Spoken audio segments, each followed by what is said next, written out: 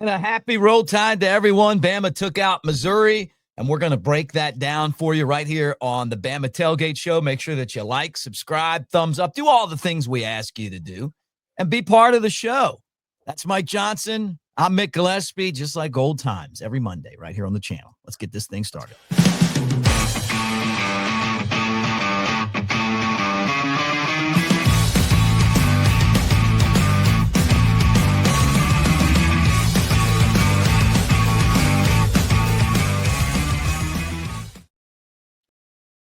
All right, Roll Tide. There he is from Atlanta, Georgia. Let's go, man. Two-time All-American, 09 national champion. I wore this for you. Do you got one of these? Probably somewhere. Yeah, somewhere in the closet. Remember this? Got one. Yeah. Going old school, man. Yeah, man. They gave us those in the locker room, I think, or maybe at the parade. Yeah, the parade. Yeah, maybe. I worked the parade for Crimson Tide Sports Network. They didn't give me this, but I just did. I remember that. Like, there you go, man. Coach Saban going, "We're gonna win 3, 4," and I was like, at the time, like, I'm just glad we won 1. He didn't go LeBron. Don't do him like that. He just said this is the beginning. That's all he said. He didn't go not 1, not 2. Come on, man. Don't do my guy like that. They made me get up to the podium during that. And I was like, man, I don't want to talk at all. But I ended up talking a little bit. You were like Forrest Gump. You got up there, remember? And he was talking to the crowd. Somebody pulled the plug and then they put it back in. And he's like, and I wish somebody would have. That's all I got to say about that. And everybody was like, yeah. Yeah, man. That day, that, and then when I did my handprints at the Denny Chimes, they made me speak at that. I was like, dude, this is not. Maybe that was the beginning of my radio career. I don't know, but it was not comfortable for me. So look at you now, though. Think if you would have had a chance to go back and talk again, they'd have to be like, my God, we got it. Next guy. I know, man. Like, I don't know. It's crazy. My parents were in town all weekend with, seeing the grandkids, and they're like, man, you were so shy when you were little. I can't imagine that you talk for a living now. I was like, well, things change. It is what it is. Well, you got put on the spot at the Floor Bama. The bushwhacker, the famous oyster incident. Man, I was telling somebody the other day about how my radio career started, and I think I kicked the tires on maybe doing it with one of my old teammates, Brian Finner, and then I come to T-Town Barons in T-Town, and y'all are doing some radio. I was like, I'll hop on for a minute. Yeah, that was the beginning. You had I remember you in the scooter. I think I met you in the scooter. Yeah, dude. How about that? Yeah, good call. The Florida game was the first time I had a scooter. Florida 2011, 2010, 2011, something like that. Really? We've been at it this long? No, but I know the scooter was back then. I don't know if I got had to be then because I met you at Rounders. Yeah, I don't know. Anyway, listen. What'd you think of Bama, Missouri? What did you think of Bama, Missouri? I thought it was a good win, dude. I mean, like, me too. There was some hiccups along the way, but I think that when you play games like this, and you can tell me if I'm wrong, dude, you always have a better 30,000 foot view than I do.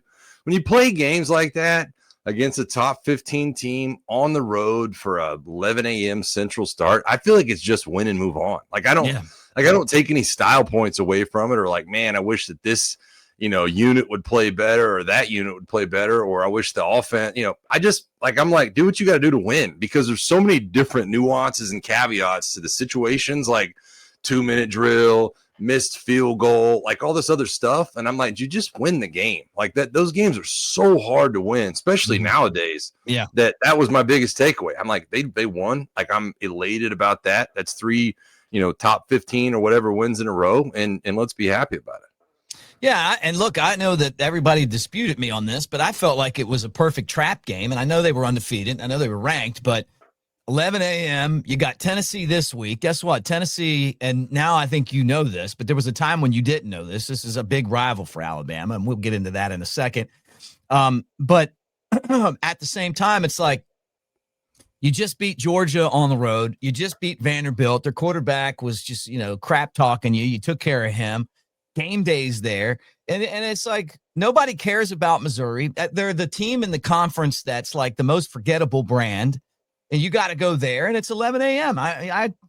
To me, it felt like a trap game, and they went in and they didn't play it like that. I love the transition that this program's making. At least it feels like it. No, man, I'm with you. And I have a good buddy of mine that I work with here at 92.9 in Atlanta, that's a Washington grad. And he kind of brought me around on Kalen Debor kind of winning like this. He was like, dude, look, man, like there's going to be some stumbles, but he's not Nick Saban where you're just it's just a machine, but he's a good football coach and he's going to win these games and make a lot of the right calls. And there's such a, I'm gonna see if I can preface this the right way to make you feel the way I do. Let me sell you on this. Like, sell me. He goes, dude, it's such a beauty to how steady and calm he is. Like it's. I think a lot of people love how fired up Nick Saban got and the whole butt slap thing with like AJ McCarron and the players arguing when they're up by 30 and that kind of thing. And I love that, dude. Like I came up on that. That's how I was raised in this game, really, by Saban. But there is a beauty in today's game with all the transfer portal, NIL stuff, how kids can just, take off whenever they want to, and they're millionaires. The steady, he's just steady. Kalen's just steady, man. He just leads the program with a steadiness, never high, never low, just kind of is what it is. We started to see him become more fired up, and I think you wanted to see him more fired up with these players in certain situations. I still think that the whole Malachi Moore situation in Vanderbilt last year was a complete black eye on this program. But I think he's grown into that, and I think there's a beauty that's coming along with just his ability to just remain calm in these situations. Right. And I think the players, your team always takes on your personality, and to me right now, the players aren't playing up or playing down. They're just kind of moving along. Being consistent. Yeah, no, I got you. I remind you guys, we're brought to you by Silver Star, Golden Moon Casino, part of Pearl River Resort, Philadelphia, Mississippi. Timeout Sports Lounge is a Vegas-style sports book. You don't have to do what I did last week and go all the way out to Vegas to get the Vegas experience. And I'm going to tell you, the Timeout Sports Lounge in a lot of ways is better than those casinos in Vegas. I had to pay $250 just to sit at a table and watch games. You don't have to do that at Pearl River. Go in there, watch the game, have a good time, 20 big screen TVs, full-size bar. It's easy to get to the window and place your bets. So take my word for it. Hour and a half from Tuscaloosa, 2 and change from Birmingham. Yeah, I think consistency is one of the most important things in discipline. And this team's really kind of answering that discipline thing, man. I mean, like, they're disciplined. They're not making a bunch of mistakes. They don't turn the ball over. They don't make penalties. They're not stupid. We don't have Malachi Moore kicking the football anymore. The biggest issue to me is like watching Domani Jackson run from tackles. I've never seen it. It honestly reminds me of Kool-Aid trying to return kicks. It's like you're trying to get me irritated on the show. Is that what you're doing? Did you see him? He runs away from the tackle. Yeah, man. Like, I don't know, dude. Like, you can't hide from the camera, man. Like, if you don't want to play, let Cam Calhoun take your spot. I am on a group text with like 10 of my old Alabama teammates, and you know the names, man, like Preston Dial, guys like that. And for the life of me, we're all watching that first touchdown and watching Domani Jackson and trying to figure out what he saw. Because we're always going to give players the benefit of the doubt, right? You're always going to look at it and go, well, sometimes the ball blends in, or sometimes you lose yourself on the field. And like, I still, even on replay, I'm watching him. And I did this a number of times against Georgia and did this a number of times last week. I'm like watching it going, what is he looking at? I don't understand. Schematically, I know there are a lot of defensive ex-Alabama defensive players, guys that I talk to, guys that are on TV that really hate this scheme because of the eye discipline. But this is just simply like playing a ball in the air. Like you just got like you were going to intercept the ball 3 yards out of bounds, I guess, like off your shoelaces. I have no idea. And I'm not hating on the kid, man. Like, I'm not trying to question his effort or question his ability, but like, what are we doing, man? You look as lost as last year's Easter egg on some of these freaking plays, dude. It's rough to watch, and he's been he's drawn the ire of a lot of Alabama fans and guys like me that I'm like, I'm not sure what we're doing here. Yeah, I think I look at it and you can tell when someone, it's like I described it with Kool-Aid when he was trying to return kicks the last year. He didn't want to do it. And you can tell, I'm not out there having to tackle a guy at 245 pounds, but I'm also not out there getting paid to do that, So yeah, it's a job now. You get paid to be there. And you got to at least make an effort. I mean, he stood there and watched, he's been he's been off on some run plays too, or you watch guys just like he's just not hitting the hole, and it's just maybe you lost your nerve, and then you love NASCAR, see the NASCAR shirt on. There's guys that have that happen in NASCAR where they just can't. Got my hat on too. Got the World 600 hat on. There you go, the World 600. But you're not going to win that race if you're afraid to get into a wreck, right? No, and dude, doesn't, and I think I brought this up last week, maybe 2 weeks ago when we were talking about it. This Nick Saban used to say there's no stop signs on the interstate, man. There's on and off ramps for a reason. You don't slow down. You just keep going. And what you're talking about, even in some of the run fits, when he's had contain, like if they've motioned away from him and he's the corner left outside and he has outside contain, he's not playing up the field. He's getting caught with his nose back inside. And then, Nate Frazier or whoever it is breaking contain, getting outside. It's happened every game this year. There's no doubt. And I remember watching the Georgia game, and, they were kind of picking on his eye discipline, kind of throwing it over his head, forcing him to step up. And that was the game, I think, where Kane Womack on the sideline is like, hey, that's on me. Like, Kalen DeBoer kind of, chewed Womack's butt, like on the sideline, like, what are we doing? And Kane Womack's like, hey, that's on me, man. I'm putting y'all in a bad spot. And I was like, I can't imagine what the conversation, what the coaching point is that led to that bad spot. But hey, breaking news, Mick, I didn't play corner. I don't know. But I just can't fathom for the life of me how we keep ending up in these situations where Domani Jackson's the guy on an island and it just keeps getting messed up. Because the other teams are doing that. They're looking at it and they're going, hey, man, they got film just like we do, and it's their job to watch that film over and over again. And they know that he is a weak link in the chain, and they're going to go after him. So Calhoun or somebody else is going to have to step up and start to compete for that position, or he's going to have to get better. But he's clearly the weak link on this defense. I feel the same way about watching Wilkin Formby on offense. Yeah. Now, Wilkin Formby, let me make sure I make this clear. He's had some good moments, right? But I think there's a ceiling there. I think he's got a B grade ceiling. I just think he's a waist bender.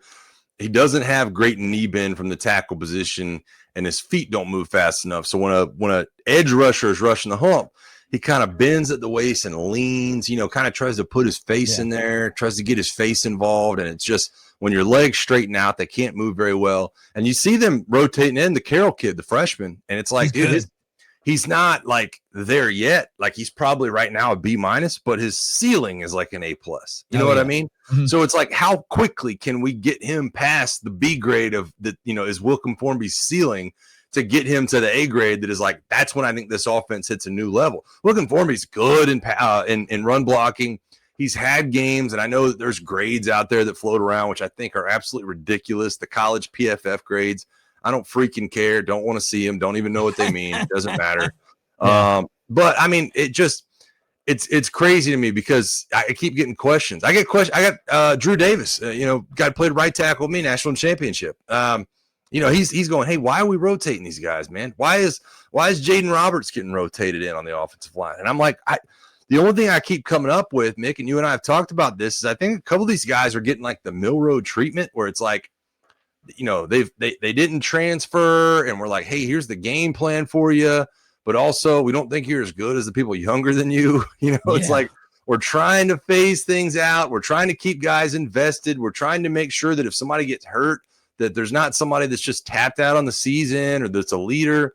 But I think that there is, to me, and I hope this is the case, that there are younger guys that are coming in the places of some of these older guys that are completely fit for what we are trying to do offensively and defensively. Mm-hmm. And that's what I keep going back to, man. Like, there's money being made by some of these older players, but in the end, it's like, I think that there's, this growth from beneath with Kalen DeBoer's actual recruits and guys that he wants to bring in that are pretty good players. Yeah, and I think that both of those guys were Saban guys he inherited, right? Yeah, exactly. So, yeah, I got you. Before we talk about a lot of the good stuff that happened in the game, I do want to say this, guys, that you need to take advantage of Bod Coach. Bod Coach / Bama. Mike Bod Coach is a personal trainer, right? That pops up on your cell phone. So when you go to the gym and you're like, hey, I want to work chest, tricep, you just type it in, and Evan, who's mine, will tell me exactly with the weights that are available and the time that I have what I need to do. It's not that expensive, but it's great. Like if I'm at home, which I am today, this show's going to get over. I got to do some workout before I ride my bike. It'll be like, I'll tell him what I want to do. He'll give me a workout routine. And then, 10 or 15 minutes, I'll be finished. It's honestly genius, and it makes working out so much easier. And I want you guys to go check it out. So bod coach /Bama, and do yourself a favor, because your holidays are coming and you're going to eat a lot. You're going to drink a lot like me. You got to balance it out with working out because you stop working out and it'll catch up with you fast. Bod coach will help you do that. Okay. All right. Let me start with Ty Simpson's performance. That was definitely, again, Heisman Trophy-esque. Jake Coker says he reminds him of Drew Brees, gets rid of the football fast. Now, he did hold it. He got sacked some. I felt like the offensive line could have given him more time. I felt like Missouri was, trying to make him throw the ball a little deeper, which made him hold on to the ball a little bit longer. But some of those passes, man, the way he threads the needle, I mean, that's amongst really it reminds me of Bryce Young, honestly. Some of the passes that he makes, not a lot of guys could make those passes. Yeah, I think arm talent wise, Drew Brees is definitely there because of the quick release. I mean, Drew Brees' footwork was always so good. He's just bouncing his feet in the pocket, just waiting to let that thing rip. And then once he saw something, he's able to get it out. I think he's a taller, leaner Baker Mayfield. I've been seeing a lot of Baker in his game, man. I don't know if you saw Baker Mayfield this past weekend. Good. Just insane. And Baker Mayfield's playing at an MVP level, honestly, in and of himself. But Baker's got the wheels to be able to make something happen when needed. He's never going to be a featured part of the run game, but he's got the grit and kind of toughness to make things happen with his legs when needed. But he also has the accuracy with the arm to really fit it in a tight window when needed, man. And I mentioned my dad was in town.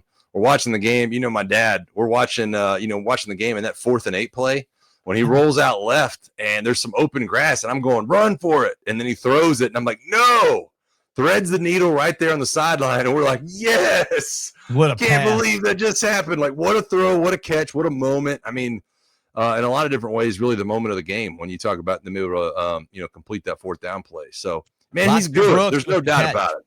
What's that? I said Latsier Brooks with a great catch. Oh, dude. I love him. Brooks stepped up a number of times. Obviously, Ryan Williams held without a catch, I believe.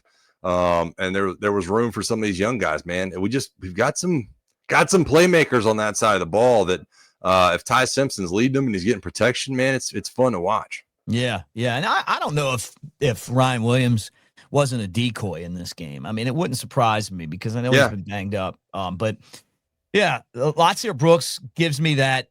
He just reminds me of the Ruggs, Waddle, Judy, and Smitty days. Just something about him, like his routes, the way that he runs when he catches the ball. Like, I think he's going to be the star of the wide receiver group before it's all said and done. Ryan Williams has that big play ability, but Latsier Brooks, like, you can do a lot with him because he can catch the ball across the middle like that. Yeah, I think there's so much toughness when it comes to him. And look, you and I, had the Ryan Williams conversations a couple of weeks ago that I just feel like that there's something they're missing. I think his open field ability is insane. But I think when you look at toughness and ability to make catches in traffic and really lay blocks, that they're, when you look at a guy like Latsier Brooks or whoever else it may be, Jeremy Bernard definitely has put his best foot forward. There's a number of guys on this team that you're like, dude, like, wow, that's a lot of fun to watch. So, man, it's just, there's guys all over the place. Isaiah Horton's another guy that I love watching, be around the ball. And I think Ty Simpson just pulling the trigger on all those is just what makes it so beautiful. You mentioned he's just so accurate with the ball. I just never a million years thought that we'd go from watching him not being able to beat out Jalen Milroe last year to coming in and just being as freaking crisp as he's been through the first few games.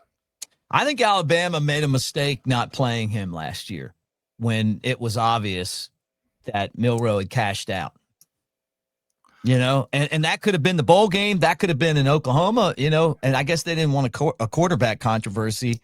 But I think if he'd had that experience going into the Florida State game, Alabama probably would have won. It takes time to kind of get used to being a starting quarterback and commanding the locker room. And I guess hindsight is what it is. But I was going to say, time I was saying that, man.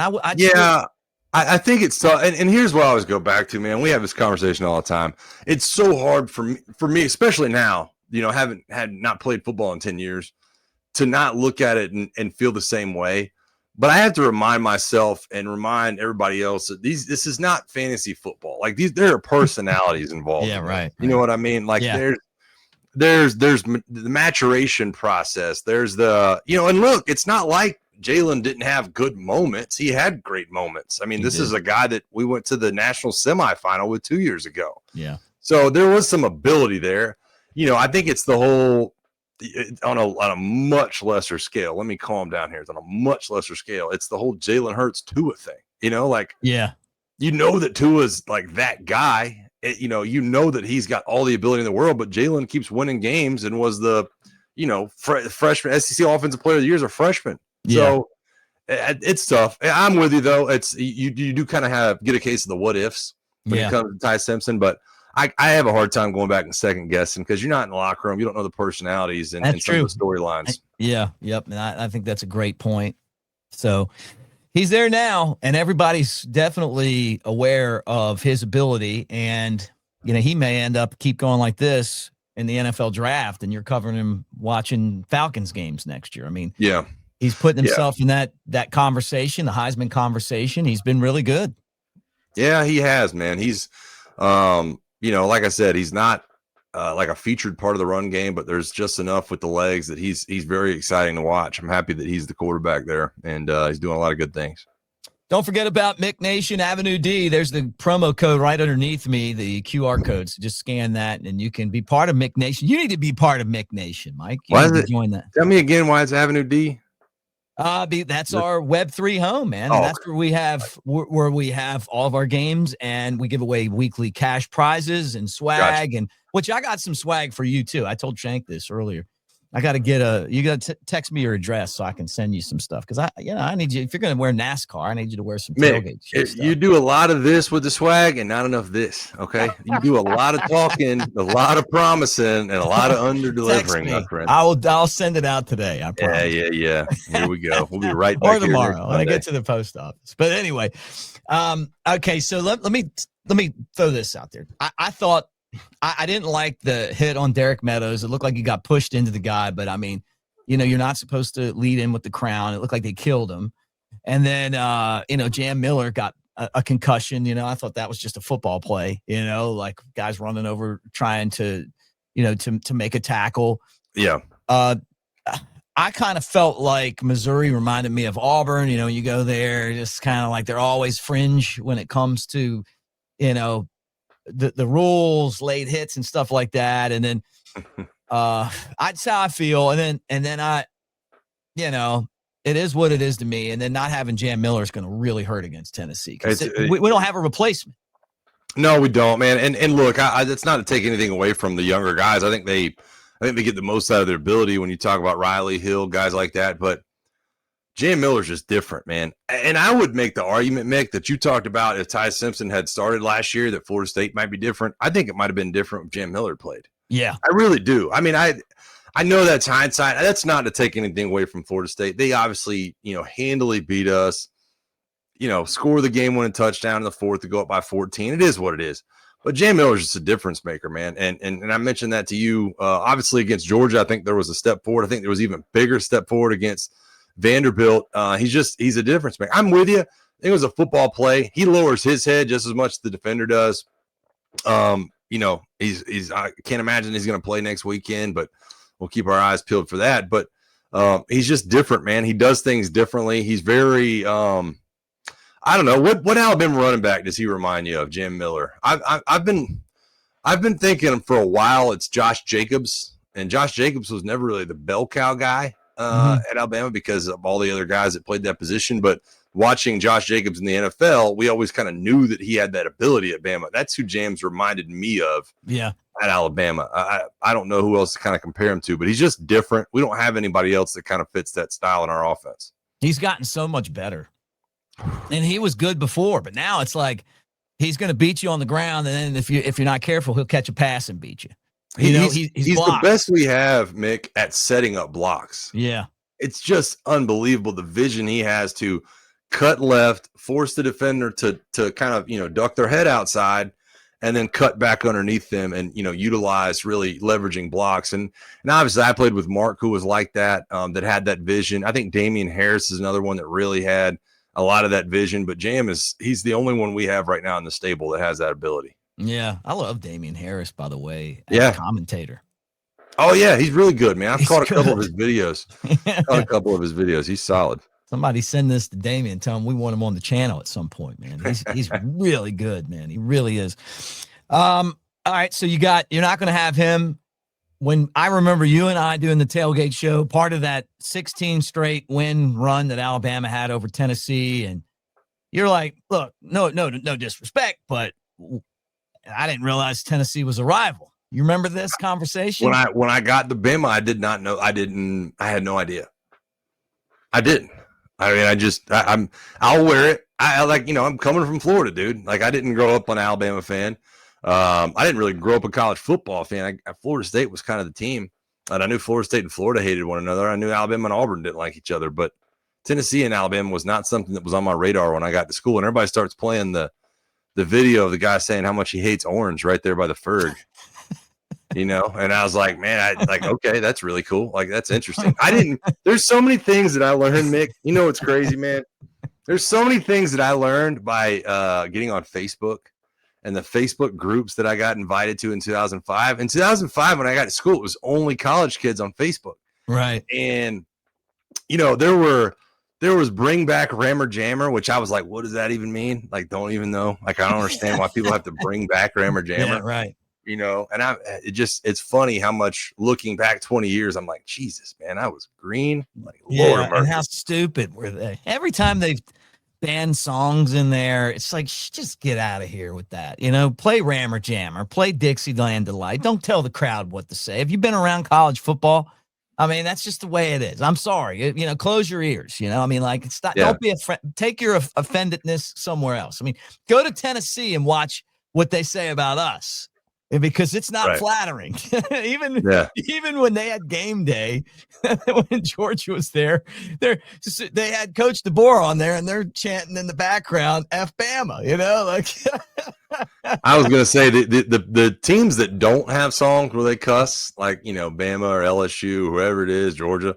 The teams that don't have songs like that are the ones that just haven't organized enough to come up with one, because it's not like they're offended by it. It's not. The pearl clutchers from the other schools can talk all they want to about, oh my goodness, like they just haven't organized enough to come up with a cool song. That's all it is. Like they're not any more classy than anything else going on in any other school. No. And look, overseas at the soccer games, they have all their songs and they cuss in those songs. Although they say worse than cuss words in those songs. Man. I saw Rod Stewart in concert when I was in Vegas last week, and he's got a song. I didn't even realize it.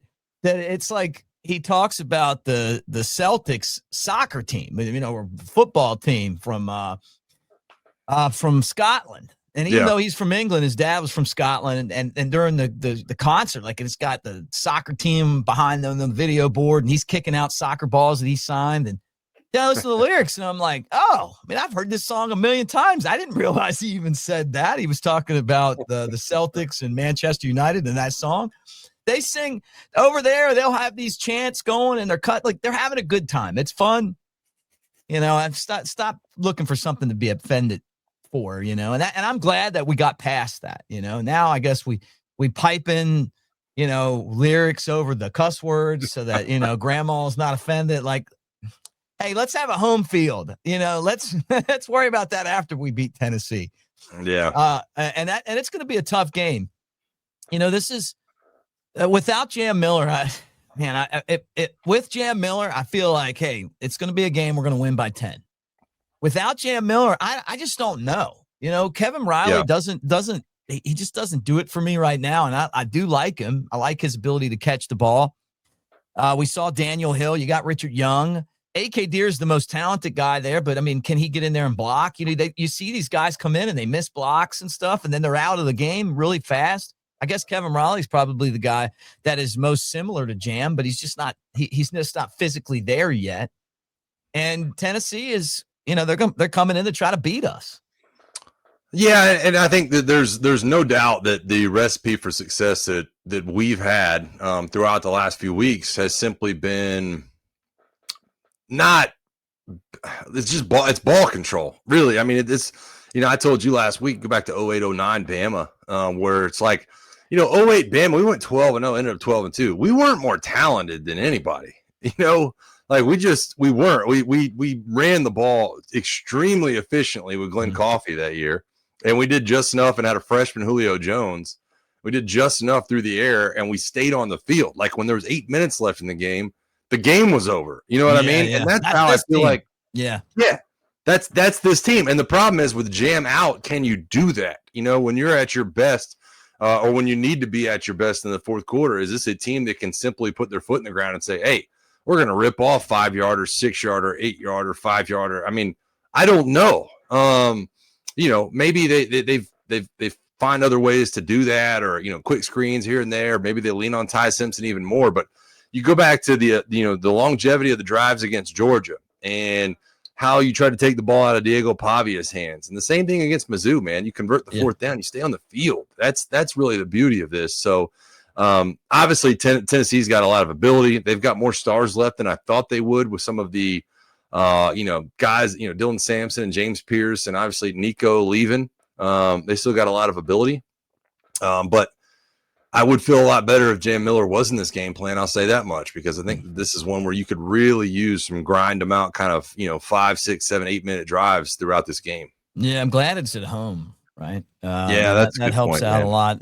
It's been a gauntlet for Alabama, and I got to give Kalen Debor and the coaching staff and this team a lot of credit for staying disciplined. Another game where I'm looking at the penalties and I'm going, you know what, we didn't lose because of penalties, and we didn't lose because of turnovers. Actually, we won because we didn't have penalties, a lot of them. We didn't have turnovers, and that's tough to do on the road. Yeah. I agree with you, and you talk about the sled, man. It's not going to get any easier. Obviously, you got Tennessee, South Carolina's got some ability. They play up and down, but they've got some ability. And then LSU's 10th ranked. Oklahoma just took their first loss, but John Mateer is a pretty good player. It's going to be tough sled, man. I don't know. I was talking to some of my buddies the other day. Which game would you rather lose through the end of the year? Like, if your sights are set on a national title, what's the best one for you to, if you're going to lose one more, which I wouldn't be shocked if Bama lost one more. I think it's asking a lot to say, man, you're going to get through the next 5 SEC games with 3 of them, ranked in the top 15 and say you're not going to lose again. I don't think that's realistic in college football these days, but I just hope it's not Tennessee. Me too. As weird as that is to say, I'm looking at Oklahoma going, I don't want Oklahoma to win back-to-back games. I don't want South Carolina. They're still talking about the game from 2010. Lord knows, like that was the greatest win in their history. And then LSU, obviously, you don't want to breathe life into that team. So, well, hold on. What about at Auburn? Yeah, I know, man. Look, lose to those guys either. I don't either. I don't either. I don't want to lose to Auburn. I just don't know that. My hope is that by the time you get to Auburn, that maybe you've already, if you can win all the other ones, by the time you get to Auburn, you've already scheduled your trip to Atlanta the next week. You know what I mean? Yeah, I don't know. Right. Look, and God knows, man, I spent my entire morning talking about the goal line call, the officiating with the whole Auburn Georgia thing. Lord of mercy, and the whole Kirby clapping timeout clap thing. I don't know. I spent my whole morning talking about that. And that's a good transition. And it's something I do want to talk about, that because Auburn does that shit, and I'm glad that Kirby called him out on it. They do. They're kind of like Missouri. He was definitely calling timeout. Yeah, but he was clapping before that, and I know, but he's definitely calling timeout too. And the play clock's at 1, and then Kirby's like, "Yeah, I was telling him he's clapping." I'm like, "Dude, no, you come on." Well, he was clapping before that. Listen, he was, but I don't trust anything that Auburn does. And on the flip side, Mike, I love watching them lose, even though I thought that was a touchdown.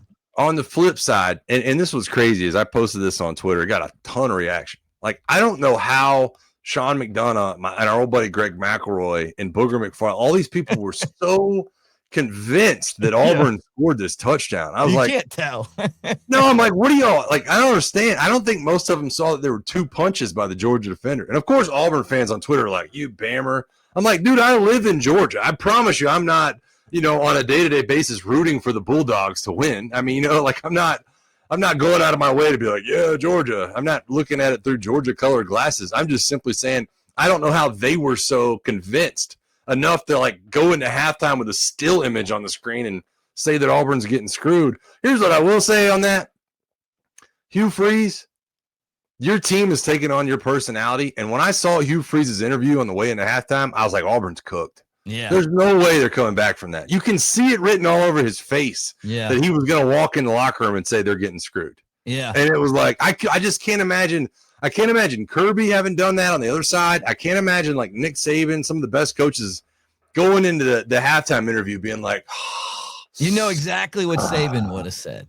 We got to do a better job on third down. We got, it would have not. He just said we should have kept. He just said the quarterback should have kept both his hands on the ball and never put it in the hands of the officials. That's what he said. But you know what? He probably would have just brushed it off and talked about all the things that they need to do better. Exactly. Yeah, exactly. Right. When I saw Hugh give that interview, and I thought about it this morning, I was like, Auburn fans are going to get mad at me. I don't care. You can't do that. Fans? You can't do that, man. Like that team, that team is taking on your personality. They destroyed Georgia in the first half. They had 50 yards of offense in the second half. Yeah. 50. It's awful. and there he is the sole reason for that.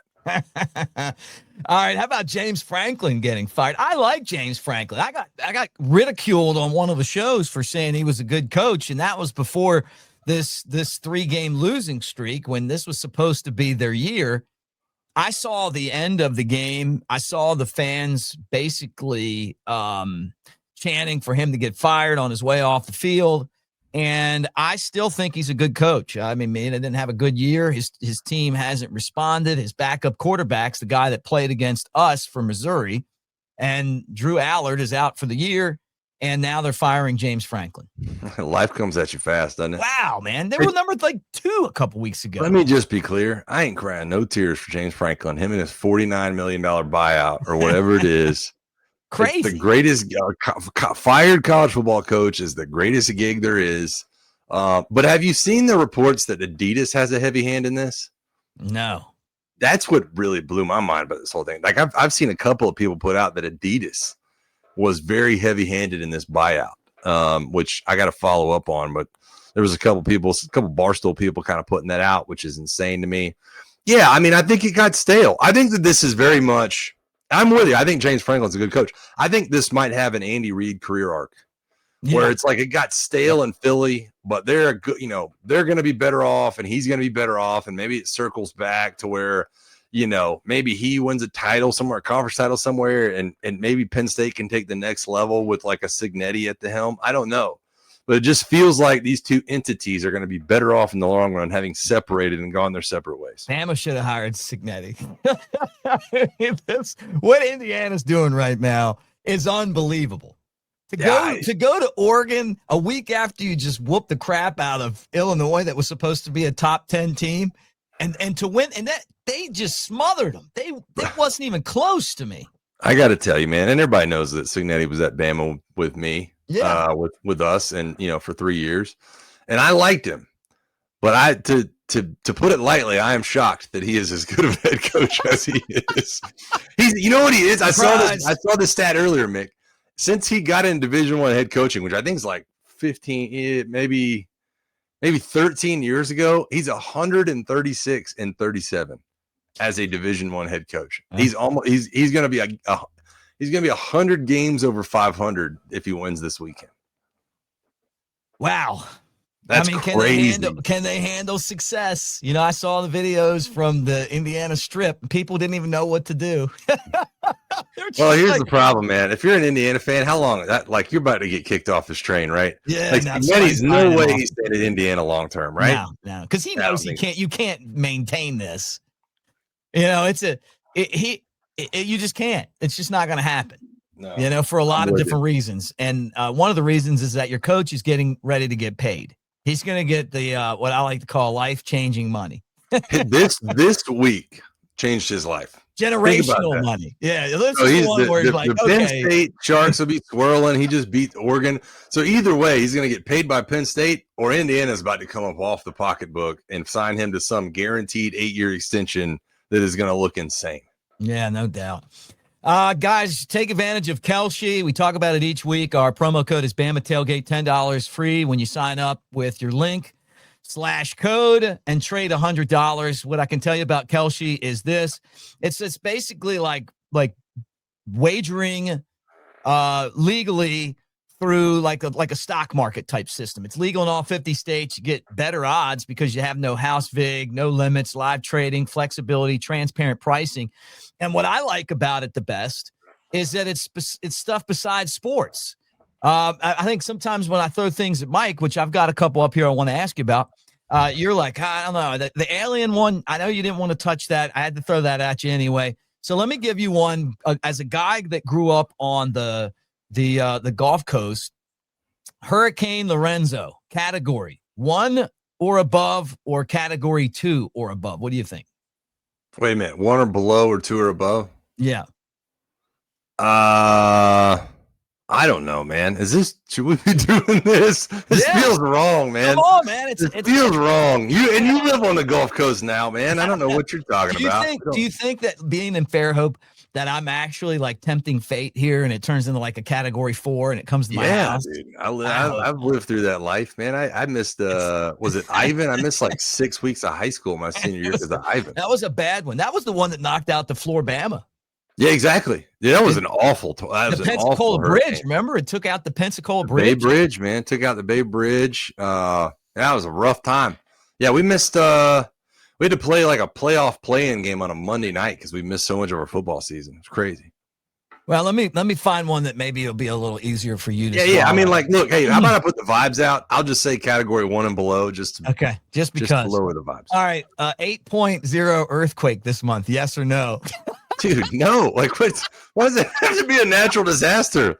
You got any tsunami odds on there? Like, let's just climate. All right, here's my choices: politics, sports, culture, crypto, climate, economics, mentions, companies, financials, tech and science, health and world. You got tech and science. What you got in there? All right, let me pull up. Best AI at the end of 2025: Gemini, ChatGPT. A lot of $4 million have been played on this right here. I don't know, dude. Gemini. I saw the Gemini commercial the other day where the lady's just talking to the phone about the flowers. It seemed pretty solid. She's just having a conversation. Yes. Like, I know that you can type things into ChatGPT and like maybe you can talk to them too, but the whole Google thing where you're just talking and it's talking back to you and you're asking, like, I'm like, dude, I might dabble in that. Yeah. So I gotta show you this right here, just along those same lines, because Jake Coker obviously has a lot of time on his hand at work. You mean let's roll Jake Coker? Yeah, let's get him. Yeah. And so he made this and sent this to me. Look at this right here. Let me get that off of there. Yeah. Look at that.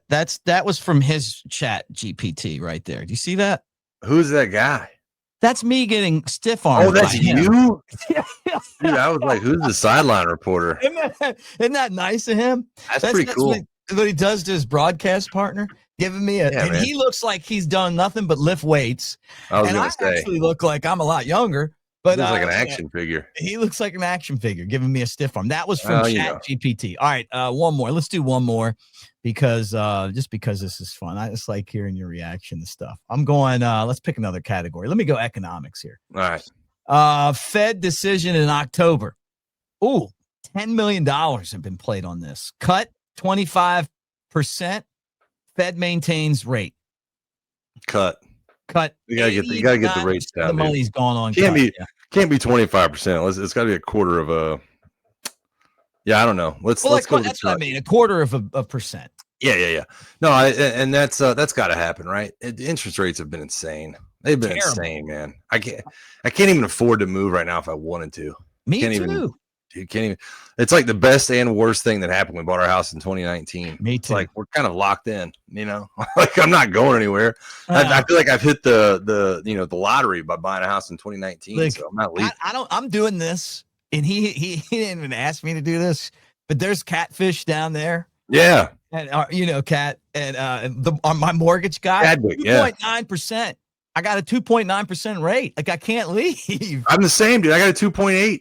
I'm like, no, I'm good. I'm not leaving. I'm locked in. I would rather redo my entire house than to leave that rate on the table for the next, I got 24 years left. Mike, always great hanging out with you, personally and professionally, man. Love talking Bama football with you. We'll get back together again after the Tennessee game. I guess just give me what we're sitting here right now. What's going to happen in that game? I'm curious to see who Bama puts up to bat. And, it's too early for like predictions and, diving into all that. But I think just storyline wise, I want to see who Bama puts up to bat. I want to see who they trust behind Jam to if we can just really get that second kind of bell cow going. I'm curious to see if anything does happen at corner with some of the craziness around Domani Jackson. And I'm curious to see if Michael Carroll gets to start at right tackle at some point, man. It's just they're doing a nice job of not giving up on the game, but, putting players in positions to be successful. And I'm curious to see kind of what the next step is in that evolution. Who are the young receivers that continue to step up? I just think it's been fun to watch. And like I said, I know Bama is probably going to take one more loss at some point.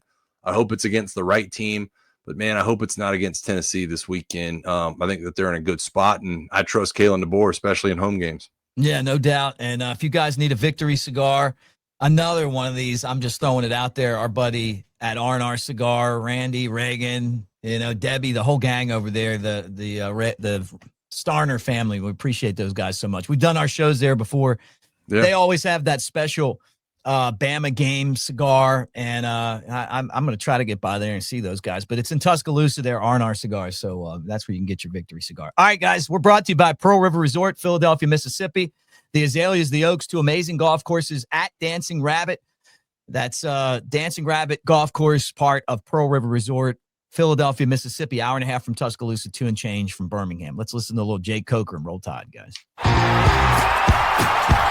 I may not suit up on Saturdays anymore, but I'm still in the game. Let's roll! In here, I call the plays, make adjustments, and lay it on the line. Want to feel that fire, that rush? Then you've got to get in the game. I used to say it in the tunnel, and I still say it now. Let's roll.